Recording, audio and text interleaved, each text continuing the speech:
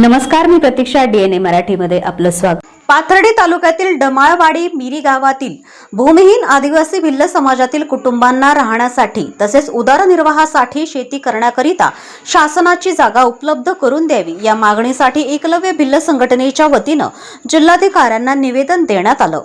एकलव्य भिल्ल संघटनेचे संघटक मोहन गोलवाड, महाराष्ट्र संघटिका वैजंता गोलवाड तथा नाशिक विभागाचे सभापती शिवाजी ढवळे यांच्या मार्गदर्शनाखाली हे निवेदन सादर करण्यात आले.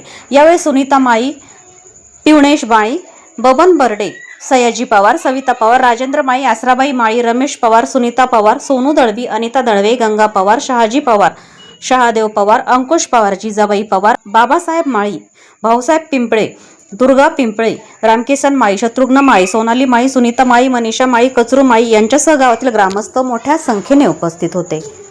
आता जिल्हा अधिकारी साहेबाच्या ऑफिसला आम्ही आलेले व शेवगाव पाथर्डी तालुका तर डमाळवाडी पुन्हा टाकळी परत मिरी गावात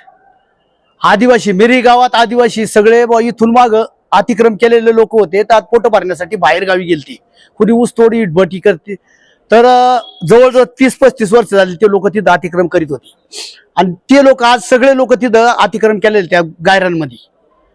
तर जिल्हा अधिकारी साहेबांनी यांचे निवेदन आज आम्ही एकलव्य संघटना मोहन गोलवाड, शिवाजी ढवळे माडा नाशिक सभापती यांच्या नावाखाली मोहन गोलवाड आणि वैजंताताई गोलवाड महाराष्ट्र संघटक, तसेच गडाख साहेब, पवार साहेब, काही आमचे कार्यकर्ते सगळे एकत्र येऊन तर एक कलेक्टर साहेबाला निवेदन घेऊन आलो की आतापर्यंत आम्हाला जवळजवळ 2 वर्षापूर्वी या कलेक्टर साहेबाच्या दारात आम्ही येतो. आम्हाला लाज वाटायला लागली साहेब इथं येण्याची आता की आमची कॅपॅसिटीच नाही राहिली येण्याला. कारण का ह्या कलेक्टर साहेबांनी काय करायला पाहिजे, लवकरात लवकर यांचा मार्ग यांना राहापुरती जागा तरी द्या ना. निदान मेला माणूस तर पुरापुरती जागा काय. एकलव्य संघटनेचे माणसं म्हणे काय आदिवासी म्हणे देशाचा मालक. देशाला जतन करणारा माणूस, पशु पक्षाला जीव लावणारा माणूस, जंगलचे राजे आहेत आदिवासी आणि यांना जंगलातून पिटून घालतात. कोणता न्याय साहेब हो? आदिवाशांना राहापुरती जागा द्या आणि मेले तर पुरापुरती द्या. काही लोकांनी आमचे मसलवाटे सगळं उद्ध्वस्त करून टाकले. ह्या लोकांनी कुठं जायचं, यांना कुठं राहायचंय. परिस्थिती अशी आहे. पाथर्डी गावात तशीच चाललंय. शेवगाव तालुक्यात, नगर जिल्ह्यात प्रत्येक तालुक्यात ते चाललंय साहेब. तर कलेक्टर साहेबांनी, जिल्हा अधिकारी साहेबांनी मन याच्यात घालायला पाहिजे. प्रत्येक आदिवासींना कुठेतरी राहापुरती जागा द्यायला पाहिजे. आदिवासी हे भूमी देशाचा मालक आहे, यांना जागा नाही राहिला. काय येतात का बा देशाचा मालक द्या आम्हाला जागा.